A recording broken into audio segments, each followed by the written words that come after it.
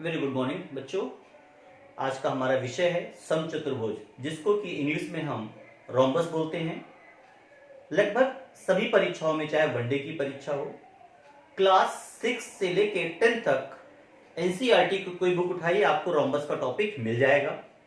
अत्यंत महत्वपूर्ण है, सिविल की परीक्षा हो या भी आगामी जो भी लेखपाल की परीक्षा लगी हो या डिफेंस की परीक्षा हो, सभी परीक्षाओं का एक कॉमन टॉपिक है। तो कोई ये नहीं कर सकता कि नहीं मेरे सिलेबस में नहीं है, वो चाहे एकेडमिक सिलेबस हो या कम्पिटिटिव सिलेबस है। कम्पिटिटिव सिलेबस बनता कहां से? एकेडमिक बनता है। मींस अगर एकेडमिक आपका स्ट्रांग है तो कम्पिटिटिव सिलेबस में आपको कोई प्रॉब्लम होनी ही नहीं है। मैं इस तरीके से पढ़ाऊंगा कि आप कोई एग्जाम में बैठे आपका सवाल फिर नहीं छूटेगा। तो बच्चों, आज हम डिस्कस करेंगे रोम्बस के बारे में, समचतुर्भुज। अभी लेटेस्ट जो पैटर्न देखा जा रहा है एग्जाम का, कि यहां से एग्जामिनर थ्योरिकल सवाल बना रहा है, थ्योरी टाइप के बना रहा है, स्टेटमेंट टाइप का सवाल बना रहा है। न्यूमेरिकल तो पूछता है, थ्योरिकल पूछता है, इसलिए इसके पूरे कॉन्सेप्ट को समझना हमारे लिए बहुत जरूरी है। चलिए दोस्तों देखते हैं। इसके पहले हम चर्चा कर चुके हैं बच्चों वर्ग पे। स्क्वायर, आप कह सकते हैं स्क्वायर का भाई है ये स्क्वायर का भाई है। क्यों कहते भाई भाई में सिमिलरिटीज मिलती हैं, तो इसकी भी सारी भुजाएं बराबर होती हैं, इसकी भी सारी भुजाएं बराबर होती हैं। स्क्वायर के जो विकर्ण होते हैं, डायगोनल्स, वो एक दूसरे को 90 पे कट करते हैं। और खास बात, रोम्बस के डायगोनल भी एक दूसरे को 90 पे ही कट करते हैं। देखिए भाई जैसी सिमिलरिटीज मिल रही है। अब कुछ चीजें डिफरेंट हैं, उन पे डिस्कस करेंगे। तो ये तो सिमिलरिटीज हो गई। दूसरी बात क्या अलग है? स्क्वायर का ये एंगल, प्रत्येक एंगल आपका 90 डिग्री होगा। ये एंगल आपका 90 होगा बेटा, ये और ये सारे एंगल 90 होंगे। लेकिन आपके समचतुर्भुज में ये इस एंगल की कोई गारंटी नहीं है। ये 90 नहीं होंगे, ये अलग अलग हो जाएंगे। हाँ, एक बहुत ही अच्छी बात है जो एग्जाम्पल पूछ बैठता है, देख लीजिएगा। एक चूंकि आयत हो, वर्ग हो, आमने सामने की भुजाएं पैरेलल होती हैं। अगर हम इस फिगर को ऐसे ले लें कि यह दो समांतर लाइन है, पैरेलल लाइंस है। बेटा इधर देखें प्लीज, ये दो पैरेलल लाइंस है, थर्ड लाइन को कट कर रही है। तो एक और के जो ये इंटीरियर एंगल होते हैं, इनका सम होता है 180 डिग्री होता है। मींस अगर हम कह लें ये 120 है, तो ये मेरा कितना होगा? 60 होगा। हो गया। इसी कॉन्सेप्ट पे हमारा रोम्बस काम करता है। मींस अगर हम कहते हैं रोम्बस का यह डिग्री 110 है, तो 70% ये आपका जो होगा वो 70 डिग्री होगा। फिर ये पैरेलल लाइन थी, ये कट कर रही थी, ठीक है, ये पैरेलल। अब ये पैरेलल लाइन है, ये कट कर रही है, तो इसका भी सम 180 होगा। तो ये देख लीजिएगा 110 है, और ये क्या है 70, ये हो जाएगा आपका 70 हो जाएगा। फिर इधर देखेंगे, इस बाजू में देखेंगे, तो यह 70 है, तो ये हो जाएगा 110 हो जाएगा। तो समचतुर्भुज में एक बहुत अच्छा रिजल्ट आपके पास निकल के आ गया। क्या निकल के आया? कि समचतुर्भुज में अपोजिट एंगल, जो वर्टिकली अपोजिट एंगल होते हैं, आपस में इक्वल होते हैं। तो अगर एग्जामिनर पूछे, स्टेटमेंट बना के पूछे कि बताइए रोम्बस को लेके कौन सा स्टेटमेंट सही है, कौन सा गलत है, तो क्या निकला रिजल्ट हमारे पास? कि रोम्बस में, समचतुर्भुज में आमने सामने के सम्मुख कोण, अपोजिट एंगल्स, ये जो अपोजिट एंगल्स क्या होते हैं? इक्वल होते हैं। ये 70, ये 70, ये 110, ये 110। एक स्टेटमेंट निकल के आया। अगला स्टेटमेंट क्या आया? कि समचतुर्भुज के रोम्बस के एक ओर के, चाहे इस ओर के, चाहे इस ओर के, चाहे इस ओर के, चाहे इस ओर के, एक ओर के जो इंटीरियर एंगल्स होते हैं, इनको बोलते हैं इंटीरियर एंगल्स। एक ओर के इंटीरियर एंगल का जो सम होता है वो होता है 180 डिग्री। जोड़ लीजिए, 110 प्लस 70, 180 हो गया। तो ये एंगल संबंधी बहुत अच्छी बात है। जबकि आप जब वर्ग उठाते हो तो वर्ग में भी चीज फॉलो होती है। देख लीजिए, ये हमारा हो गया वर्ग, ये 90 है, ये 90 है, तो एक और के कोणों का जो सम होगा कितना हो गया? 180 हो रहा है। यहां भी 80 हो रहा है, ये भी 90 होगा, ये भी 90 होगा। 90 90 90 90। और आपको पता है किसी भी चतुर्भुज के चारों कोणों का योगफल 360 होना मस्ट है, तभी चतुर्भुज बनेगा, अदरवाइज चतुर्भुज नहीं बनेगा। चतुर्भुज बोले तो क्वाड्रिलेटरल। चलिए आगे देखते हैं नेक्स्ट फीचर। अगला फीचर, समचतुर्भुज के विकर्ण यह आपस में एक दूसरे को बाइसेक्ट करते हैं। बाइसेक्ट मीन बराबर बराबर बांटते हैं। जब भी कट करेंगे हाफ इधर गिरेगा, हाफ इधर गिरेगा। दूसरा फिगर लेते हैं, ये देख लीजिए, एक फिगर की मदद से और समझाएंगे आपको हम। ये देख लीजिए, ये रोम्बस है, ये ऐसे करिए, ऐसे करिए। अब मैं एक न्यूमेरिकल लेने की कोशिश कर रहा हूं। मैं बोल रहा हूं कि ये हमारे जो डायगोनल है, इसके डायगोनल दोनों अलग अलग भी होंगे, दोनों डायगोनल इक्वल नहीं होंगे। अगर आप डायगोनल इक्वल कर देंगे तो फिर आपका स्क्वायर बन जाएगा ये, और स्क्वायर मैं पढ़ा नहीं रहा आपको, मैं आपको रोम्बस पढ़ा रहा हूं। अगर मैं ये डायगोनल ले लूं बेटा 8 पूरा कंप्लीट, और ये डायगोनल मैंने कंसीडर कर लिया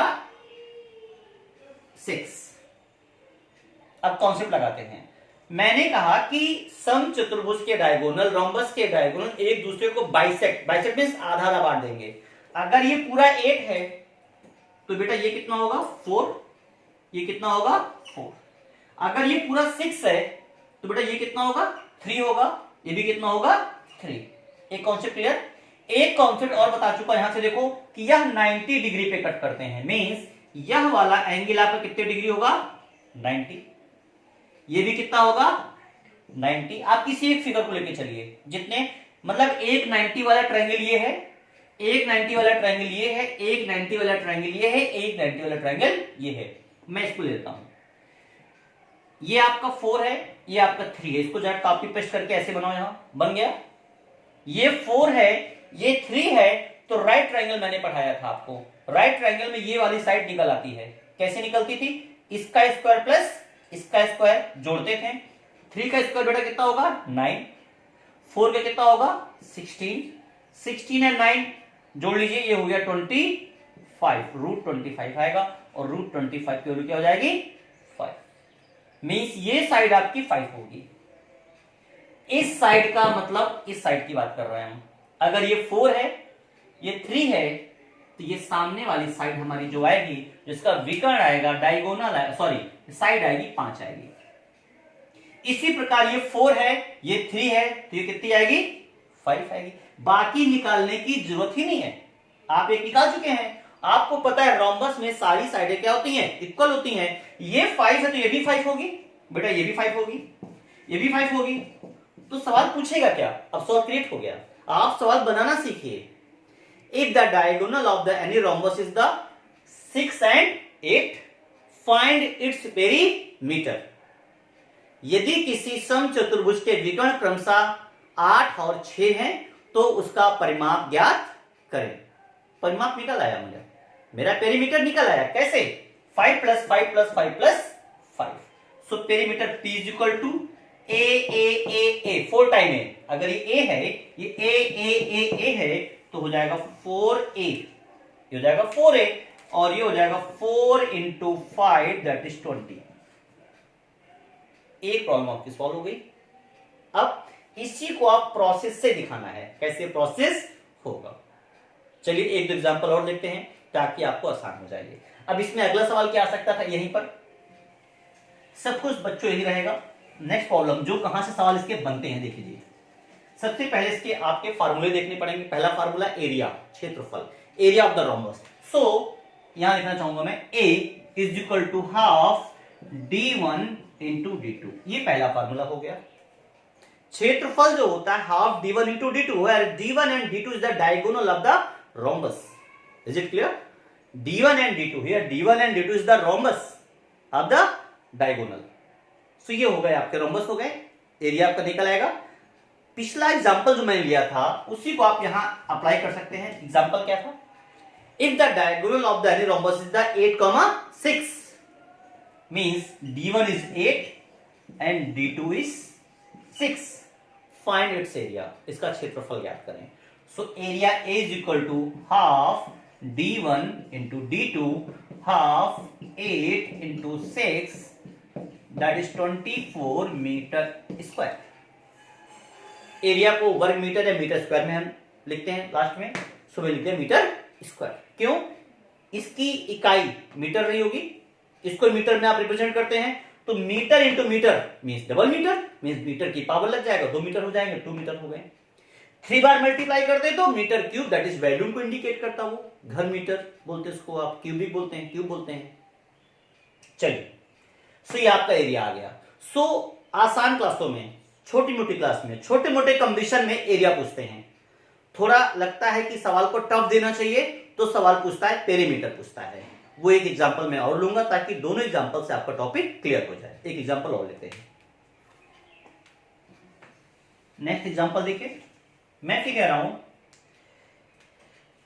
if the diagonal of the any rhombus is the D1 is the 12 and D2 is the 16. Find its perimeter. यदि किसी समचतुर्भुज के विकर्ण क्रमशः 12 और 16 है तो उसका परिमाप ज्ञात करें। ये सवाल एग्जाम में, टेट की परीक्षा में आया हुआ सवाल आप देख सकते हैं। कई परीक्षाओं में इसको ऑलरेडी पूछा गया है, वनडे में, सिविल में। आप बहुत अच्छा सवाल, इसको बहुत अच्छे से कर लीजिए, प्रॉमिस करता हूं आने वाली परीक्षा में आपको साथ साथ दिखेगा।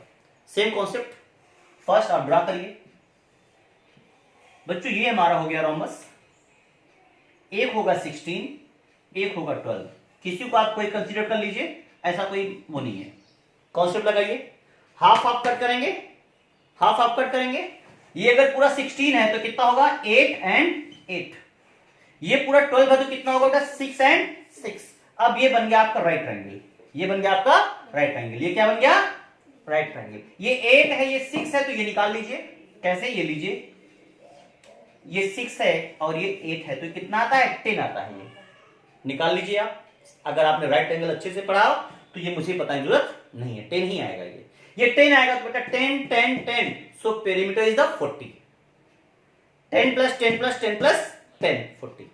अब इसी को आप प्रोसेस से करना चाहते हैं तो देख लीजिए, वो फार्मूला है, रट्टा है, आपको रटना पड़ेगा, मत रटिए। सबसे अच्छा तरीका ये है, साइड निकालने का फार्मूला होता है a बराबर अंडर रूट ऑफ d1/2 का होल स्क्वायर प्लस d2/2 का whole square.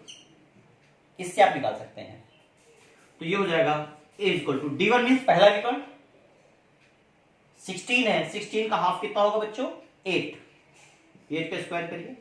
And d2 means 12 लीजिए, 6 का स्क्वायर करिए, that will be 64 plus 36, that will be 100 and 100 is the 10। वो हमने राइट निकाल दिया था, ये फार्मूले से है। ये फार्मूला आप एग्जाम में भूल सकते हैं, लेकिन मेरा कॉन्सेप्ट आप नहीं भूलेंगे। सो बेसिक क्लियर करिए, बेसिक से आप लंबे समय तक सर्वाइव कर सकते हैं। रट्टा रखेंगे फार्मूले का, कभी भूल सकते हैं, स्वाभाविक है भूलना।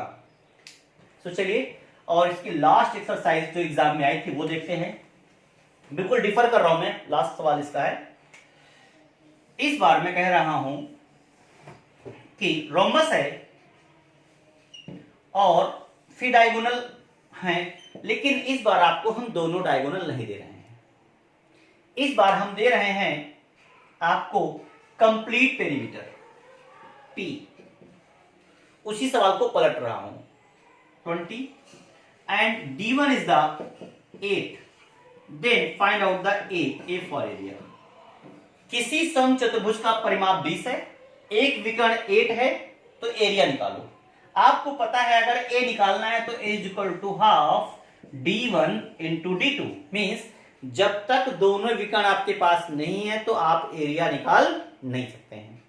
इसलिए आपको दोनों विकर्ण खोजना बहुत जरूरी है। हमारे पास एक विकर्ण है d1 8, d2 में मिल जाए। d2 कैसे मिलेगा ध्यान दीजिएगा, p पेरीमीटर पूरा दिया गया है चारों भुजाओं का, चारों भुजाओं का जोड़ 20 है, तो एक भुजा कितने की होगी आप आगे लगाइए। मैं कह रहा हूं 4 भुजाओं का सम 20 है, तो एक साइड कितनी की होगी 5 की होगी। ये 5 हो गई हमारी, ये भी कितनी हो गई 5, ये क्या हो गई 5, ये भी क्या हो गई 5। फिर ये एक विकर्ण हमारा 8 है, कोई कर लीजिए, कोई विकर्ण कर लीजिए, हम ये मान लेते डायगोनल।